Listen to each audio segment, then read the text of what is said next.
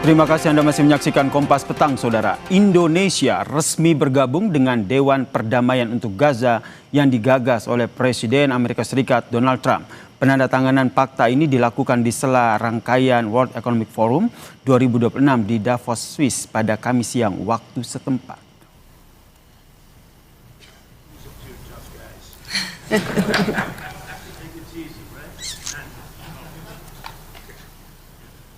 Selain Indonesia, Saudara, turut hadir kepala negara dari Turki, Arab Saudi, Mesir, Yordania, Pakistan, Qatar, dan juga Uni Emirat Arab. Kedelapan negara ini menandatangani fakta yang menandakan resminya pembentukan Dewan Perdamaian Gaza. Di momen ini, Presiden Prabowo Subianto duduk di samping Presiden AS Donald Trump. Keikutsertaan Indonesia dalam Dewan Perdamaian Gaza menandakan komitmen negara menjaga proses transisi Gaza tetap mengarah pada solusi dua negara. Now it is my honor to introduce the United States Secretary of State Marco Rubio, who will speak about President Trump and his accomplishments. Without further ado, Secretary Rubio. Presiden Prabowo Subianto menilai Dewan Perdamaian Gaza yang baru dibentuk dapat memperlebar jalan menuju perdamaian di Gaza. Indonesia akan menggunakan keanggotaannya di dalam badan yang diketuai oleh Presiden Amerika Serikat Donald Trump ini untuk menyuarakan penghentian kekerasan, perlindungan warga sipil dan juga akses kemanusiaan, serta pemulihan tata kelola sipil Palestina. Menurut Prabowo, penderitaan warga Gaza pun kini berangsur berkurang seiring dengan semakin banyaknya dukungan demi demilitarisasi di Gaza. Ini kesempatan bersejarah, ini benar-benar peluang untuk mencapai perdamaian di Gaza. Yang jelas penderitaan rakyat Gaza sudah berkurang, sangat berkurang, ya, sangat berkurang. Bantuan-bantuan kemanusiaan begitu deras, begitu besar sudah masuk. Saya sangat berharap dan Indonesia siap ikut serta. Siapa yang ingin perdamaian di situ, siapa yang ingin bantu rakyat Gaza, rakyat Palestina, ya. Oke. Terima kasih. Sementara itu, Saudara, dalam pidatonya di World Economic Forum, Prabowo membanggakan beberapa pencapaian programnya. Salah satunya adalah Badan Pengelola Investasi Danantara. Prabowo menyatakan berkat Danantara, dirinya bisa berdiri setara dengan pemimpin dunia di World Economic Forum. Selain itu, Saudara, Prabowo juga memaparkan capaian program MBG dan program Sekolah Rakyat. Di forum ini, Saudara, Prabowo juga menyebut Indonesia sebagai negara yang terbuka dengan berbagai peluang. With Danantara, I can stand here in front of you as an equal partner. Indonesia is now not only a land of peace and stability. Indonesia now is more and more the land of opportunity. With Danantara, Indonesia is now able to be your partners. We will co-invest and grow with you. Lalu, apakah langkah Indonesia bergabung dengan Dewan Perdamaian yang dibentuk oleh Presiden Amerika Serikat Donald Trump ini tepat, dan apa yang bisa dilakukan oleh Indonesia dalam Dewan Perdamaian tersebut? Kita bahas bersama dengan praktisi hubungan internasional Dina Praptora Harjo dan juga anggota Komisi 1 dari fraksi PKB, Samsu Rizal, yang telah bergabung bersama kami di Kompas Petang. Selamat sore semuanya. Selamat sore, Pak. Ya, kita sambil, oke. Bang Samsu juga sudah bergabung. Selamat sore, Bang Samsu. Suara saya jelas?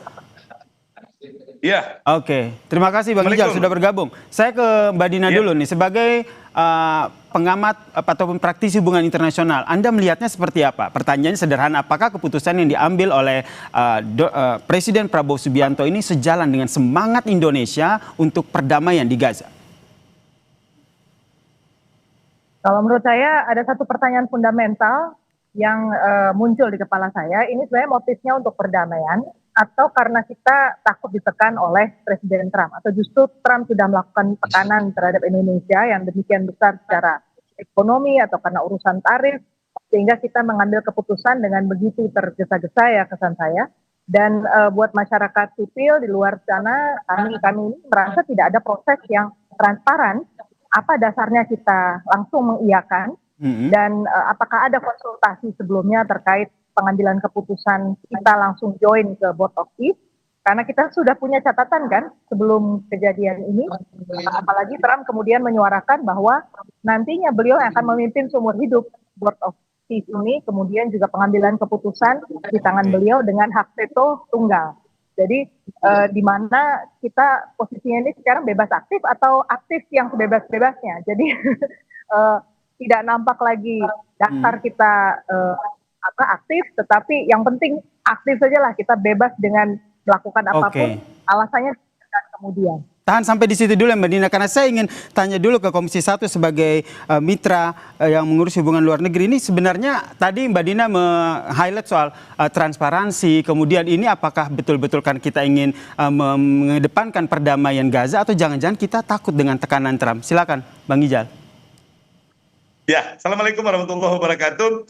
Jadi Mbak Dina dan semua yang nonton, yang dengar, sebenarnya Mbak Dina ini menyampaikan kegelisahan kita semua, kegelisahan rakyat Indonesia. Ini kita ikut di board office ini, kita takut sama Donald Trump dan Amerika, atau memang karena kepentingan strategis nasional. Kalau kita runut ke belakang, kalau kita coba cari, apa sih sebenarnya yang membuat kita bisa aktif dalam forum-forum seperti ini? Tujuannya satu, bagaimana Palestina bisa merdeka. Tapi dalam perkembangannya kita kemudian melihat bahwa tidak mungkin kita punya tujuan semuanya tercapai tanpa ada win-win solution. Maka muncullah win-win solution itu adalah two-state solution. Dan itu kita terima sebagai bagian dari proses negosiasi aktual. Tetapi jangan lupa bahwa tujuan kita itu adalah merdeka. Kalau Palestina merdeka harus melalui perang, kasarnya ya, kalau kita bilang ayo ikut perang.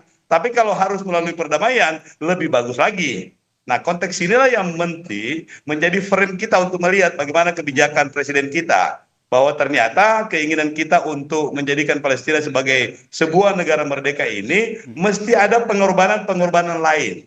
Salah satunya itu adalah two-state solution, kemudian kita juga ikut dalam forum bentukannya Presiden Trump ini, yang kalau saya sendiri secara pribadi menganggap bahwa Presiden Trump ini seakan-akan betul-betul menegaskan untuk menjadi polisi dunia.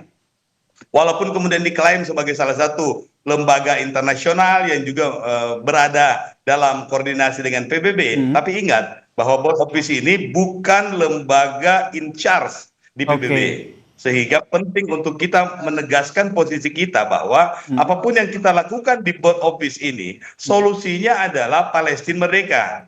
Solusinya adalah untuk Palestina merdeka ya, Bang Ical ya? No problem. Iya. Karena logikanya seperti ini, Bang Ical. Iya, maaf saya potong, karena logikanya seperti ini kan, kita ketahui bersama begitu kalau Amerika